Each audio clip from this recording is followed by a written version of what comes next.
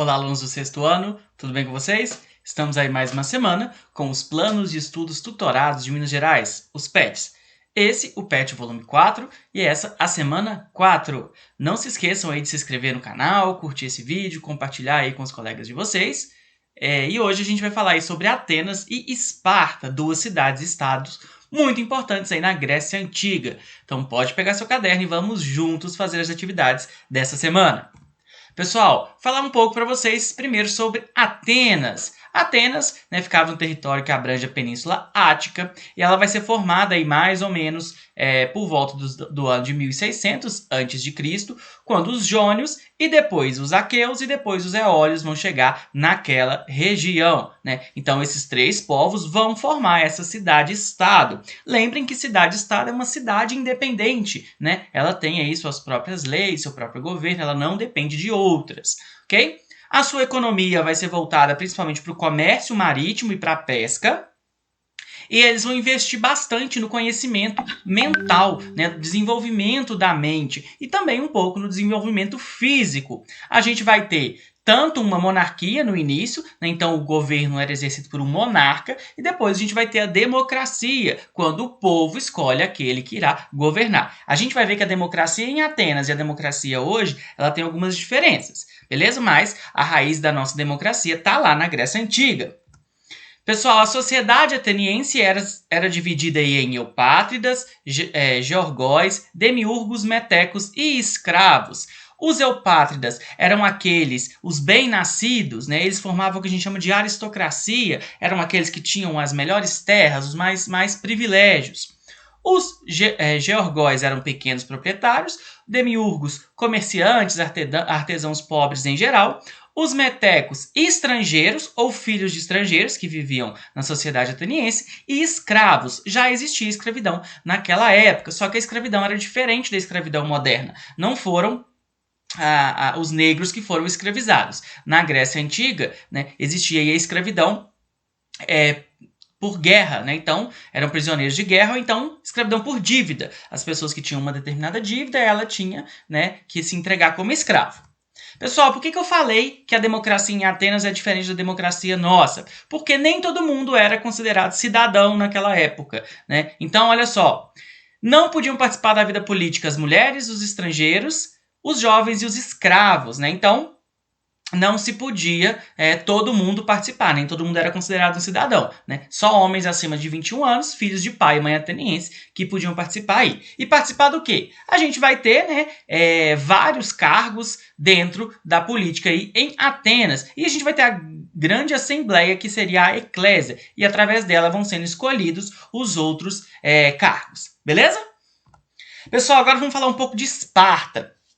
Se quando a gente fala em Atenas, a gente fala em conhecimento, desenvolvimento da mente, em Esparta a gente vai falar em guerra, em desenvolvimento do corpo para lutar, A cidade-estado de Esparta vai ser formada pelos dórios. Eles vão conquistar a região do sul do Peloponeso no ano mais ou menos 700 a.C.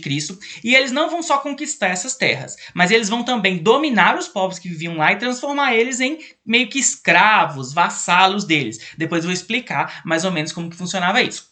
Como eu falei para você, era uma sociedade altamente militarizada, então eles se preocupavam com a guerra, eles se preparavam para a guerra. A educação era direcionada para a área militar, então desde que a criança nascia, ela era tratada, ela era cuidada para ser um soldado. Tanto é que quando a criança nascia, ela passava por um sistema lá que os anciãos, eles olhavam, se a criança tivesse algum problema físico, ela era jogada de um penhasco, ela era morta, porque não serviria como um soldado. E as mulheres, elas tinham uma certa liberdade, elas podiam praticar esportes, às vezes participavam até de algumas discussões, mas porque a mulher ela tinha que se cuidar para gerar bons filhos, ok? A sociedade espartana era dividida entre os cidadãos, que eram os espartanos, homens ricos, donos de terras e escravos, controlavam a política e o exército de Esparta. Então eles eram donos dos escravos, eles eram os mais ricos. Os periecos, homens livres, comerciantes e artesãos, naturais de outra polis, não possuíam direito em Esparta. Eles não tinham direito, mas viviam ali dentro da sociedade. E a grande maioria vão ser os zilotas, escravos pertencentes ao Estado espartano. Trabalhavam para sustentar a elite espartana. Lembra que eu falei que eles dominaram o povo? que vivia lá eram os ilotas, né? Então os ilotas eles eram dominados aí pelos espartanos e os espartanos matavam os ilotas, eles mantinham eles sob controle através do medo. Pessoal, o governo de Esparta, a gente vai ter também vários cargos, a gente vai ter várias pessoas ocupando alguns cargos aí. Uma característica importante, pessoal, é que a gente vai ter uma diarquia. Você sabe o que é diarquia? Diarquia é quando a gente tem 2 reis, né? Então, em vez de ter um rei só, a gente tinha 2. E a gente vai ter aí, né, a Assembleia dos Cidadãos, que vai se chamar Ápela, né? E através dessa Assembleia, a gente vai ter aí a escolha de outros cargos e tudo isso. Beleza?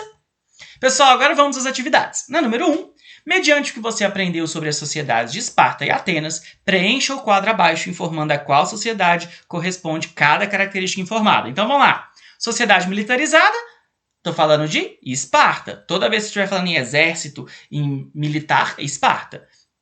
Legislada pela Jerúsia, Esparta também. Controlada por uma aristocracia, Atenas. Sociedade oligárquica, Esparta. Adeptos da democracia, essa é fácil, Atenas. Legislado pela Eclésia, Atenas.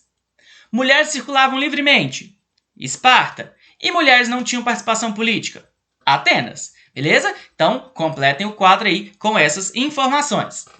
Vamos à próxima. Atualmente, a grande maioria dos países ocidentais vivem em regimes considerados democráticos e defendem a democracia como fator essencial para a vida pública de suas sociedades.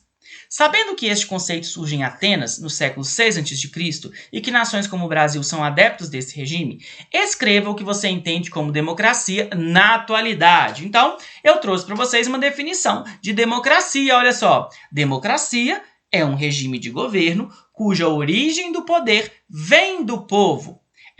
Em um governo democrático, todos os cidadãos possuem o mesmo estatuto e têm garantido o direito à participação política.